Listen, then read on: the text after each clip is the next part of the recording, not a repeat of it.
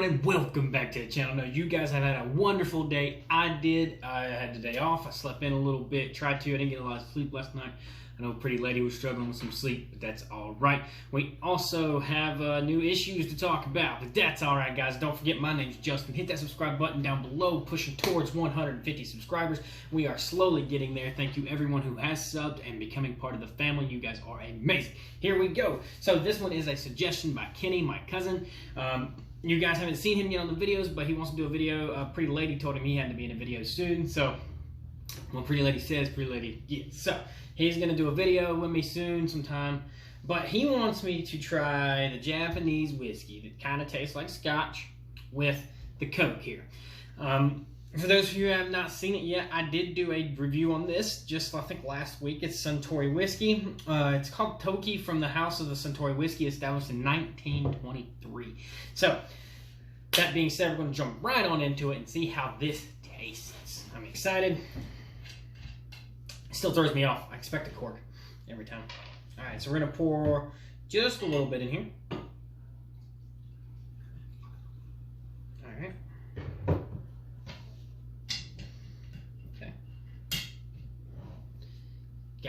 You got the whiskey. And we got the Coke. As always, you get the whiskey first, you pour the Coke till the color change, and you're done.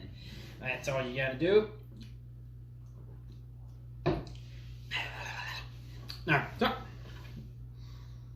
that has an interesting smell.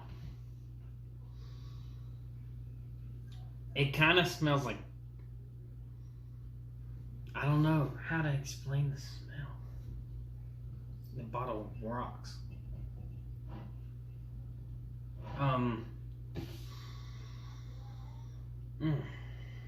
It's definitely spicy. It smells like an apple wood, almost like a strong apple wood mesquite.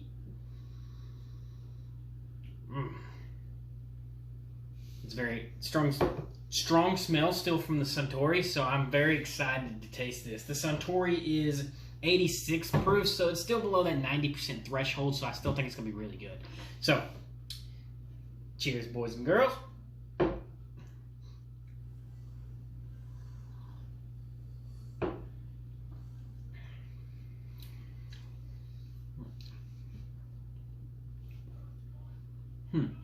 Okay, so it kind of mellowed out a little bit.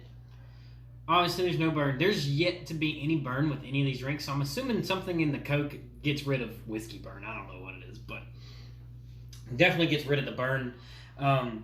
It's softer. It takes the Coke and gets that earthy, burnt charcoal and adds it to the Coke, which give me that little bit of an apple flavor. I guess it's the caramel from the flavored in the Coke. And then you got, I don't know what really they have in this. It's a silky and subtly sweet and spicy. I'm not really getting the spicy and sweet anymore, but I'm definitely getting like maybe some sweet. Yeah, definitely a little bit of sweetness. I think that's where the apple's coming in, is that sweetness. Sweet, a little bit of caramel in there. It's really, really enriching. It smells so good too.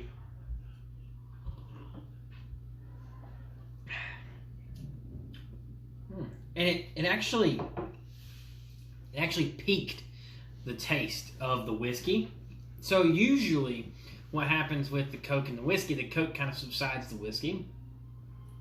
And this is genuinely not really a strong whiskey. It's only 86 proof. But when I added the Coke in it, it's more prominent now. Like the flavors inside the whiskey are just like blooming into a different flavor and just bursting open with different things. So I am greatly, up to my most ability, going to say better than Jack and Coke. Better than Jack and Coke. This is probably the best one by far to put together. So thank you, Kenny, for the idea. It was great. Definitely, probably not something you should do all the time, because this is more like a $50 bottle of whiskey.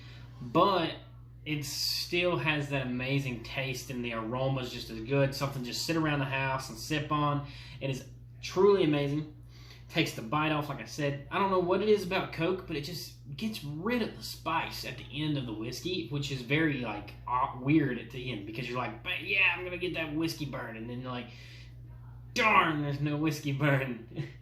But I have to say, it's truly one of the better ones that I've done so far.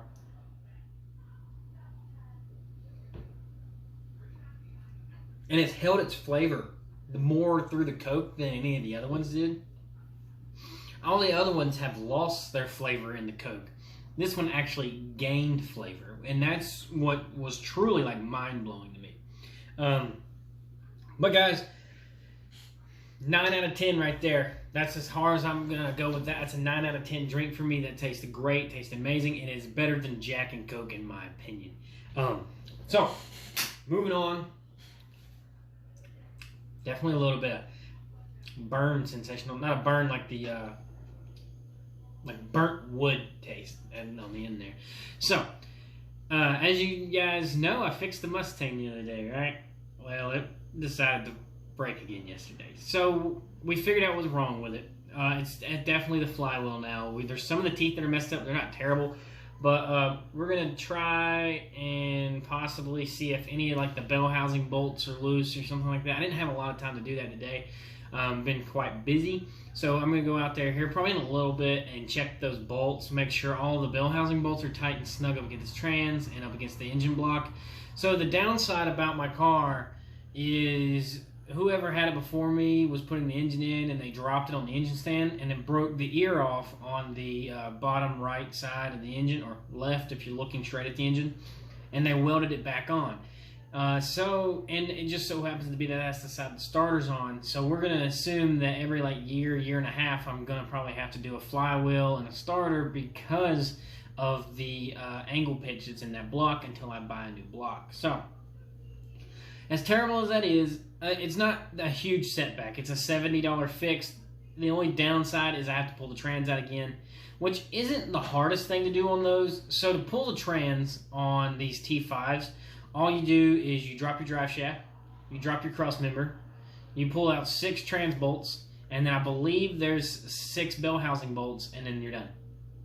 Not to mention, well, your training mount, but everything else is just fairly simple to disconnect. You take off your shifter arm, you take off your linkage, you take out your speedo cable, your speedo sensor, and it's easy. After that, you just drop it straight down, comes out, and you're golden to go. I got a friend of mine named Kevin. He has a pit. I'm hoping he allows me to use his pit to do this. If not, I will have to do it on the ground, which sucks. I will see if Ray will let me use his yard. He has.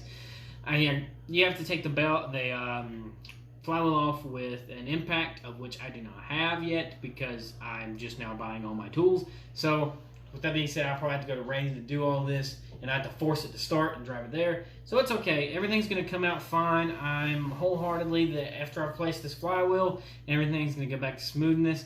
I'll be able to order my computer and get everything done. My friend also said that he'll be able to do my alignment for me for like $50, so I'm pretty grateful for that. Everything's going to come together. I got faith in it. It irritates me and it pisses me off so much that it keeps breaking, but I feel like in the end it's going to be worth it. Eventually I'll buy a new block and I won't have to worry about this stuff anymore. It's just a time crunch, and with everything going on, we just got this house, we're putting stuff in it, we're getting furnished, everything else. It's hard to save the money when all you're doing is spending it on a 30-year-old race car as a daily. So I'm going to be looking here soon into getting another vehicle.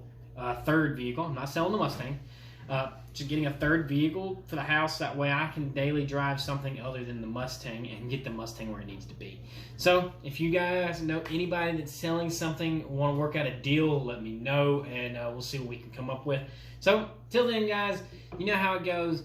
Hit that subscribe button if you're still here. Welcome to the family. You guys are truly amazing. I love you guys to death. Hit that like button. It helps show out the channel to more people. Hit that freaking comments and let me know if you want me to try a different type of whiskey and Coke. Until next time, guys, hit that notification bell if you want to see me every single time that I go live or post a video. If you want to see me live, check out my Facebook. It is attached to my YouTube channel.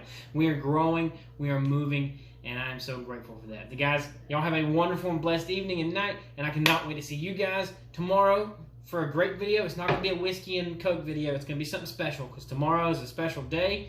Tomorrow is 4th of July, and we are America, and we're going to do it right, and we're going to bring in the 4th doing it the right way. So cheers. And you guys have a wonderful, wonderful night. And don't do anything I wouldn't do. Be safe. Don't be dumb. Cops will be out. Especially here, guys, in North Carolina, they don't play. They do not play. Be safe. Don't do anything dumb. They will be watching. Trust me. I got state trooper friends. I got regular cop friends. I got sheriff friends. I got deputy friends. Trust me, they're watching, guys. Be safe. Be humble. Be right. Know your limits. Cheers. See you guys.